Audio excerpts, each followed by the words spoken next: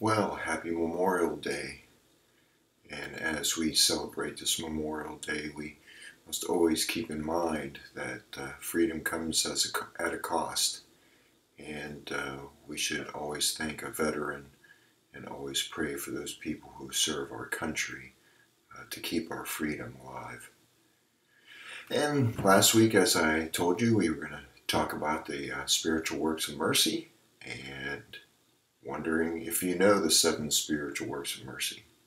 Well, we're going to talk about that today on Heart to Heart with Deacon Mike.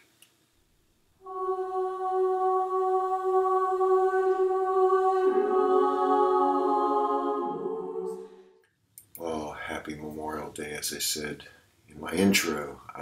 Beautiful Monday morning. And like last week, I was telling you the seven spiritual works of mercy. And have you ever wondered what the seven are?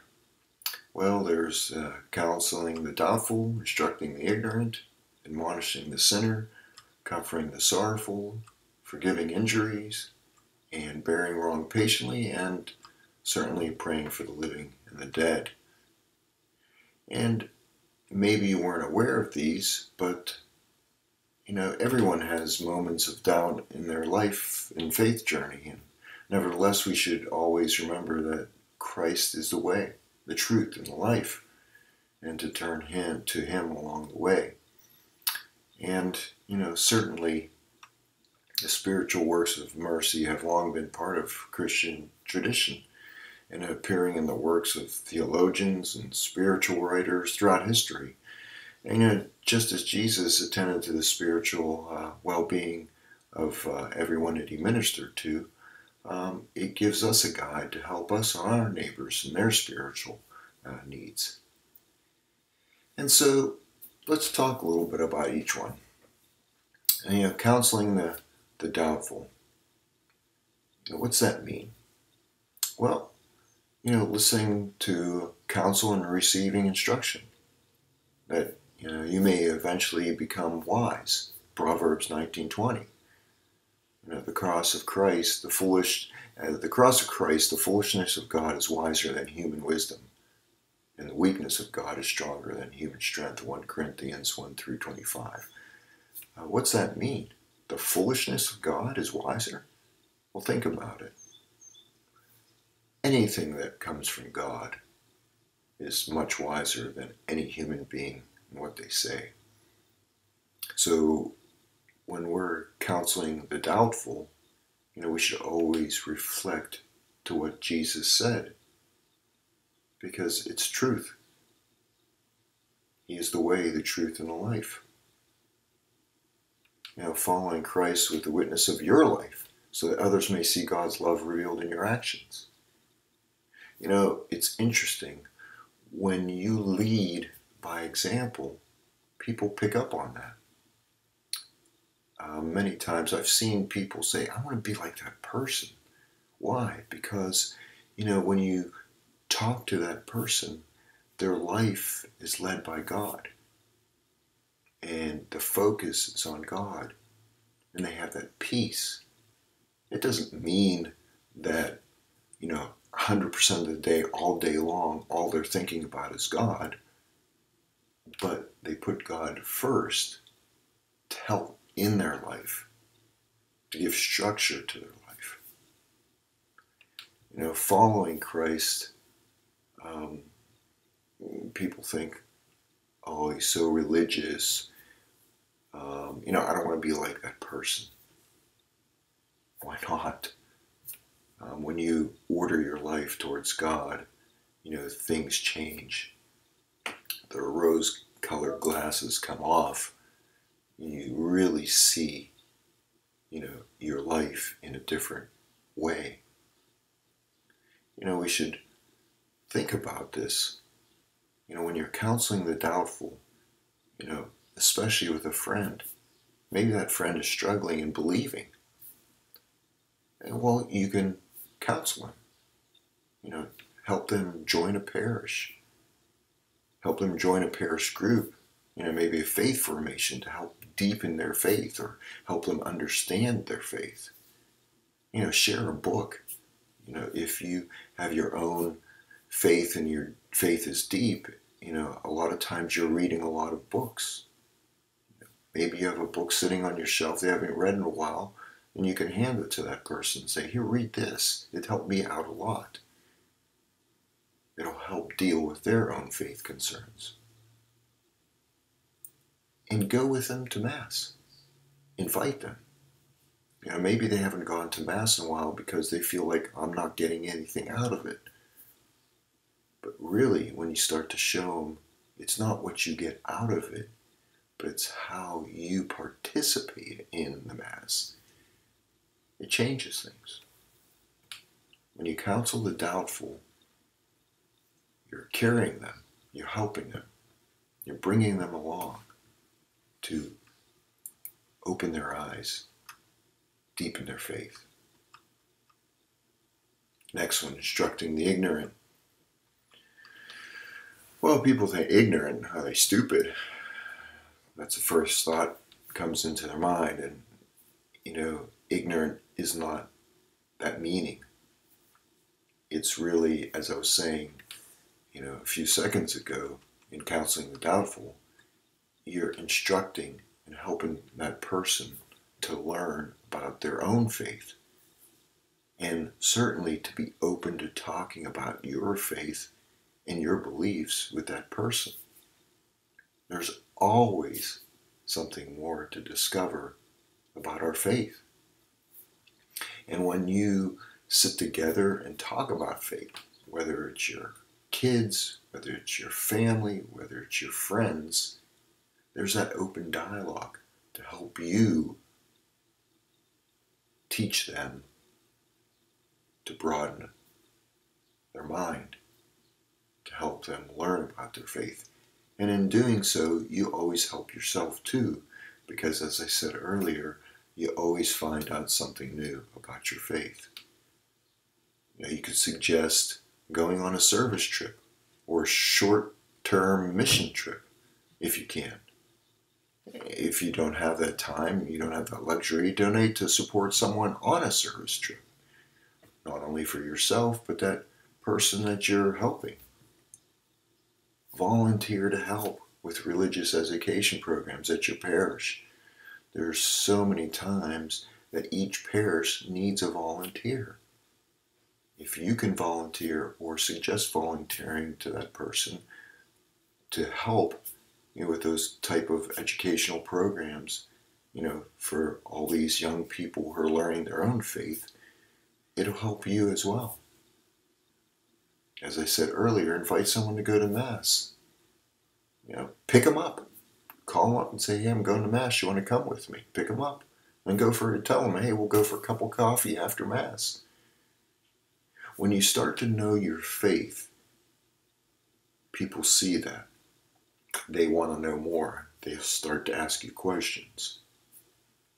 And when they start to ask you questions, you can have that great dialogue over a cup of coffee, maybe over breakfast, or sitting outside in a porch enjoying that sun, talking about Scripture, talking about the Catholic faith. It's a great way to help people learn about their faith. Well, admonishing the sinner. We're told, do not judge. And we're not supposed to. That's up to God.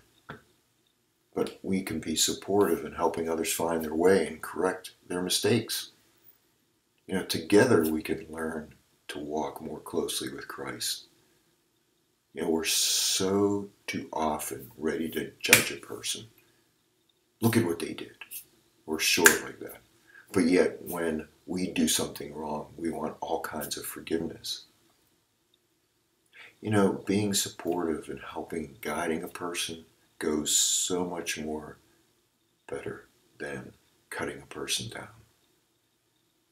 In humility, we must strive to create a culture that does not accept sin, while we realize that we all fail at times.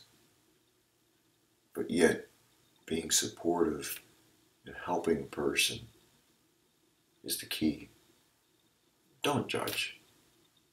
Guide others towards the path of salvation. That's the key. That's what Matthew 7, 1 through 2 says. Guide towards the path of salvation. Correcting someone, everyone needs corrected. How many often as parents you correct your child? Why? Well, maybe they're going to hurt themselves. You correct them. Don't touch that hot stove. Don't do this or you'll hurt yourself. Well, when a person strays, you can do the same thing. You don't have to be arrogant. You just said, hey, maybe that's not the best idea. We all need God's loving correction. And when we help a person see that maybe that path is not the right way to go, you can help correct them and say, maybe you want to go this way. Journey together to a deeper understanding and share your faith. What does Matthew 7:5 say? Remove the wooden beam from your own eye first, and then you'll see clearly, and remove the splinter from your brother's eye. Well, certainly, as we said, we all sin. And certainly we should look at ourselves in the mirror and correct ourselves, or take that correctiveness that somebody tells you and take it to heart. Don't be upset about it. Comforting the sorrowful. Be open to listening and comforting those who are dealing with grief. Even if we aren't sure of the right words to say, our presence can make a big difference. Oftentimes when we hear a person that their spouse died or their child died or some really sorrowful event, we want to say something. We think we need to say something. We don't need to say something all the time. Just being there, putting your arm around their shoulder, let them cry, let them express their sorrow, their anger, and all you need to do is be there, lending a listening ear to someone who's going through that tough time, or making a home-cooked meal for a friend who's facing a difficult time and taking it over to them, saying, we're thinking about you, we're praying for you. Or write a letter, send a card to someone who's suffering. We're so into technology, we're writing email, but how often do you ever go to the store and pick up a card and just write a few notes in your own handwriting, saying that, we're here for you. If you need us, we're praying for you, and we're thinking about you. A few notes in a card and mailing it goes a long way when somebody's suffering. A few moments of your day makes a lifetime of difference to someone who's going through a difficult time. And we're so in a rush to get to the next thing, that little bit of time to help a person does go a long way. Forgiving injuries. Forgiving others is a difficult time. We're always ready to jump on somebody because maybe they did something to you. But forgiveness is difficult. Think about what Jesus said, forgiving a person. God's limitless mercy and compassion.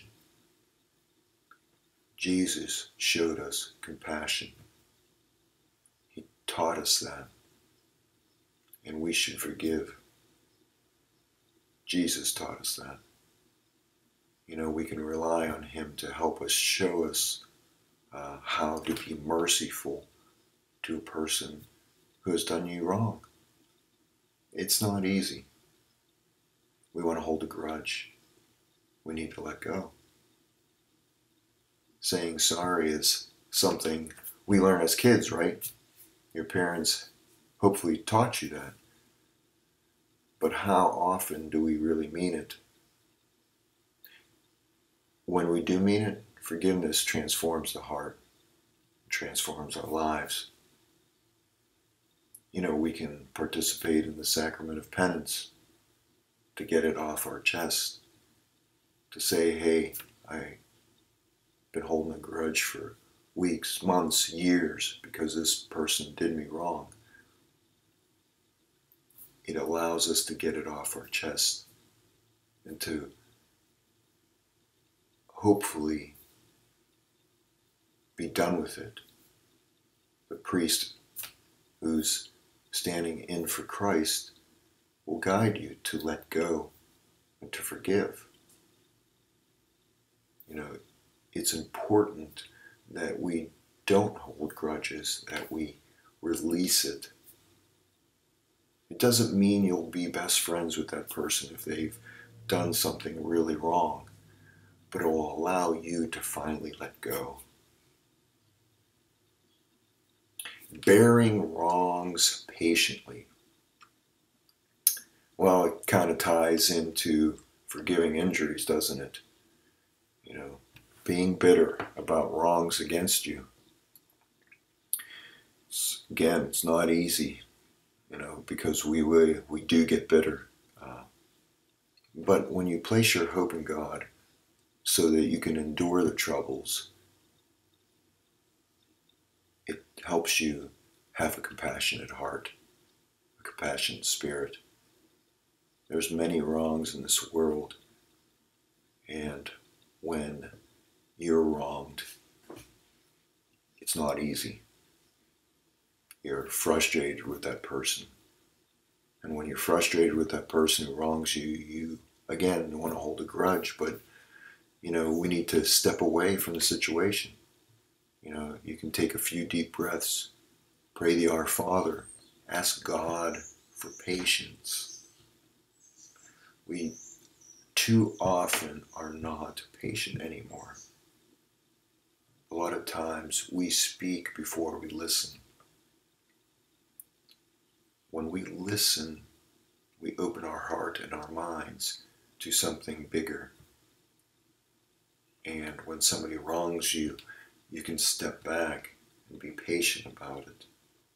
Maybe you don't see their way. Maybe trying to understand why they did what they did. And being patient. And then maybe you'll have a fuller understanding. It might still be wrong, but at least you've opened your heart and mind to say, okay, this is why they did it. You might not understand it, but at least you took the time to be patient. Not easy. Finally, the seventh one, praying for the living and the dead. Prayer is one of the most powerful ways you can support each other. Joining together in prayer for the living and the dead entrusts us all into God's care. Certainly today, Memorial Day, we pray for all the dead who put their lives on the line for our freedom. To take that moment to bow our heads, to say thank you for all those people who served and died for their country. So again, we could live free. Today's a good day to thank a veteran, thank people who are in service right now. It goes a long way. Maybe you have in your own family a person who served and died. Request a mass intention for that person. Maybe I know a friend. Request a mass for that friend. They could have been in the war many years ago, or they could have been in something recently. That day, everybody thinks about that family member or friend who risked their life. It's a tough time for them. You can be there for them and thank them.